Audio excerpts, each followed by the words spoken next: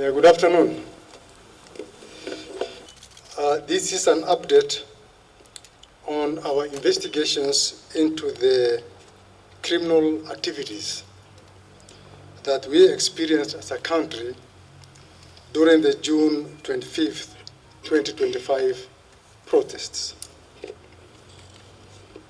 As you are aware, in a press address on June 24th, 2025, the Inspector General of the National Police Service urged those Kenyans who are organizing and those planning to participate in the demonstrations the following day of Wednesday, 25th June 2025, to do so within the confines of our law.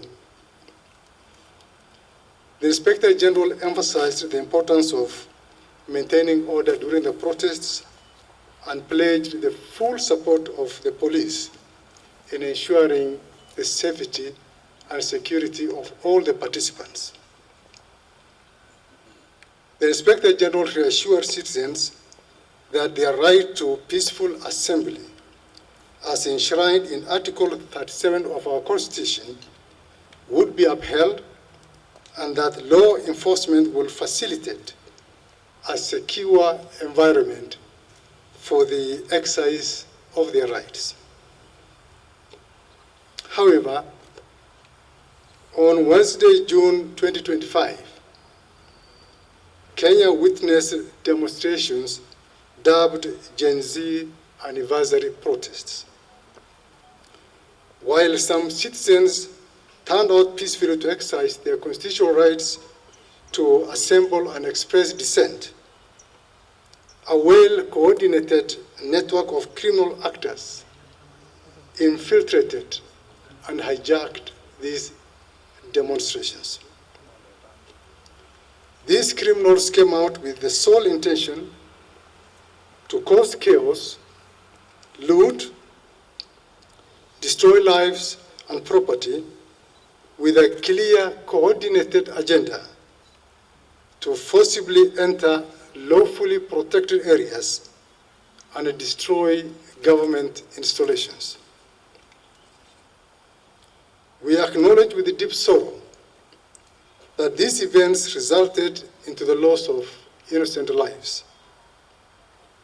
We extend our heartfelt condolences to the families who have unfortunately and regrettably lost their loved ones. Law enforcement officers suffered significant harm while protecting genuine protesters, property, and maintaining law and order, with at least 11 officers sustaining serious injuries, some life-threatening. Every life lost is a tragedy that shakes the conscience of our nation. We mourn with you and we remain committed to ensuring that justice is not only done, but is seen to be done. No family should ever suffer such pain under the pretense of protests or the breakdown of public order. We confirm that what began as peaceful civic education in certain parts of the country quickly devolved into orchestrated violence. Intelligence and arrest records revealed that some individuals with specific instructions to attack public institutions and security installations were ferried in unmarked vehicles from particular areas that security agencies are currently looking into. Our investigations have unearthed a series of deeply troubling incidents. There was widespread destruction of critical government infrastructure, such as Kikuyu law courts, Kikuyu government offices, and multiple police stations, including Olkalau Police Station, Dagoretti, Gajui Police Post, and Kamukunji Police Station, amongst others. Several firearms and police equipment were stolen during these attacks, and disturbingly, Some of these weapons have already been used in violent robberies last night within Naivasha police station area. The G3 rifle that was stolen from Kikuyu police station was used in the commission of violent robberies within Naivasha police station.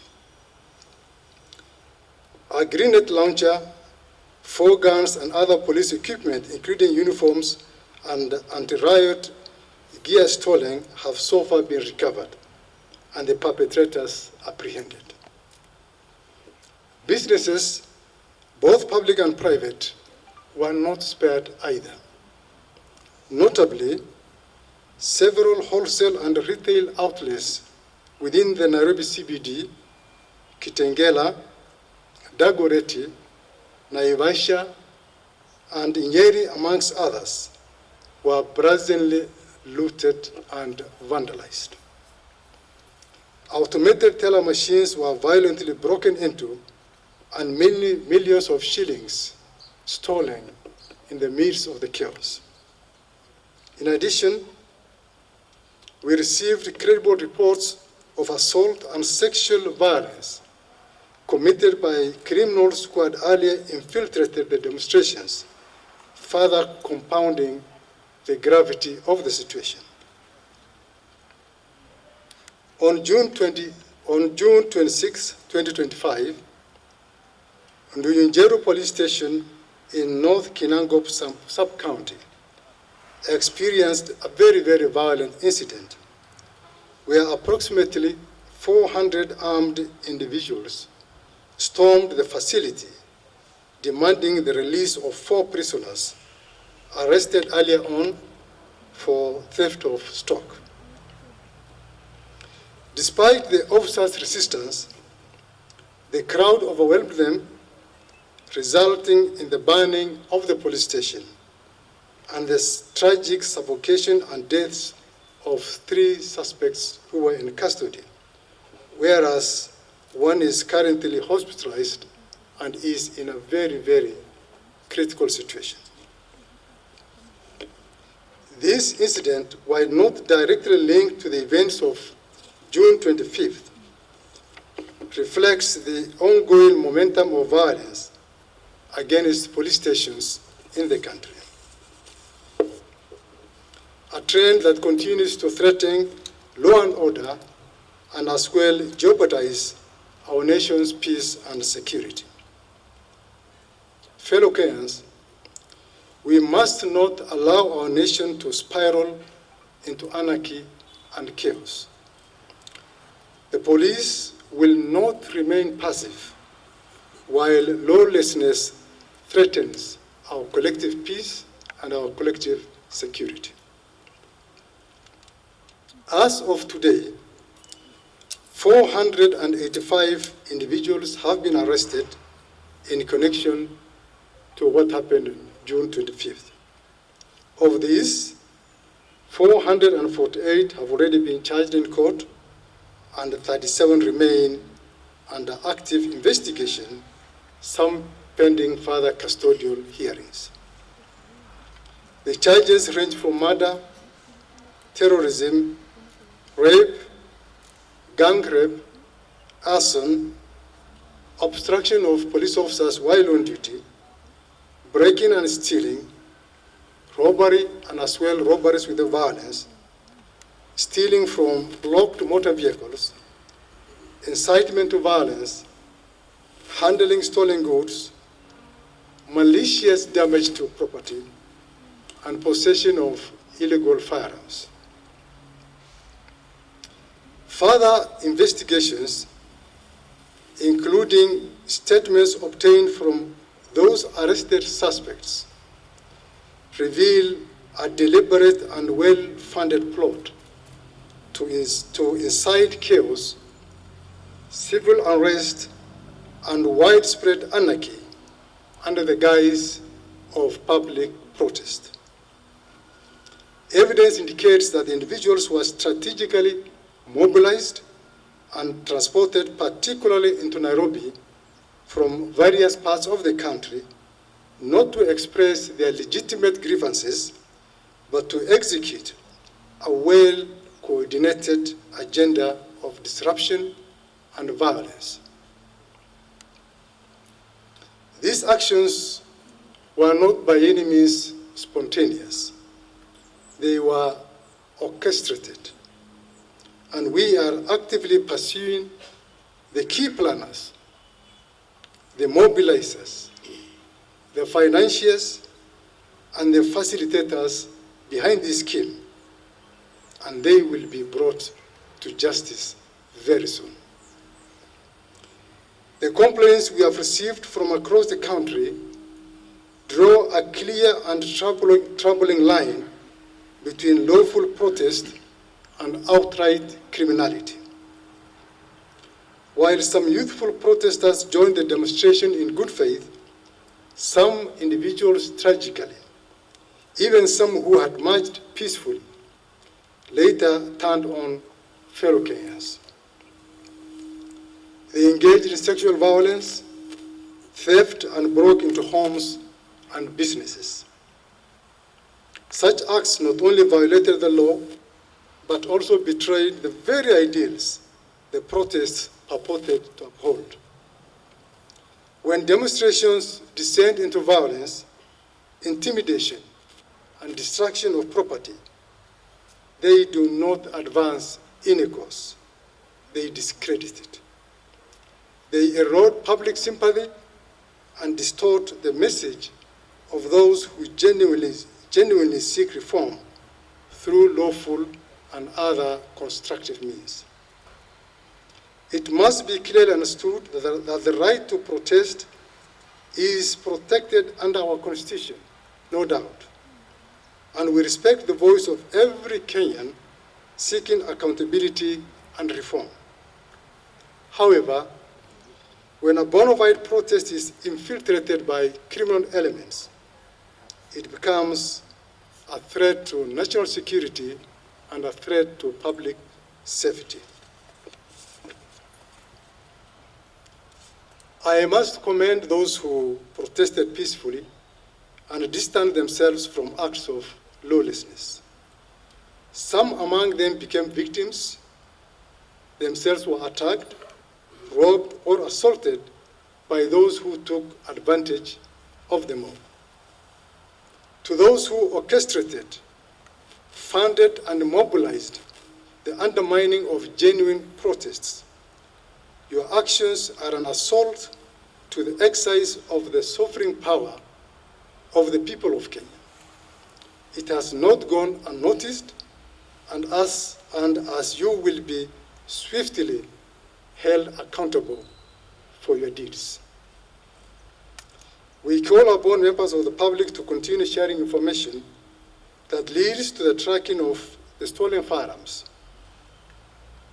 Actually, as this afternoon, we were able to recover one of the stolen pistols from Kikuyu police station.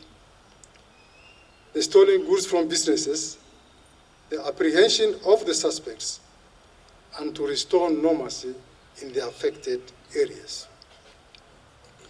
We also call upon all the victims of the thuggeries, those whose shops were looted, property destroyed, and who are yet to report to the police station, to come over and report to the police station so that they'll be able to assist in the investigations. To the families who lost their loved ones, to the citizens who were injured, those who lost property, and to the peace-loving citizens of Kenya, we hear you, we stand with you, and we will decisively and lawfully act in your defense. This is not just about law enforcement, ladies and gentlemen. It is about safeguarding the future of our democracy, ensuring the safety of our communities, and restoring faith in the systems that hold together our republic. Finally, we acknowledge the responsibility we bear as officers of the National Police Service and the DCI by extension, to deliver justice for all victims and hold accountable those who commit crimes against innocent citizens. To fulfill this critical duty, it is essential for all Kenyans of goodwill to unite with us in eradicating the rogue elements within our society.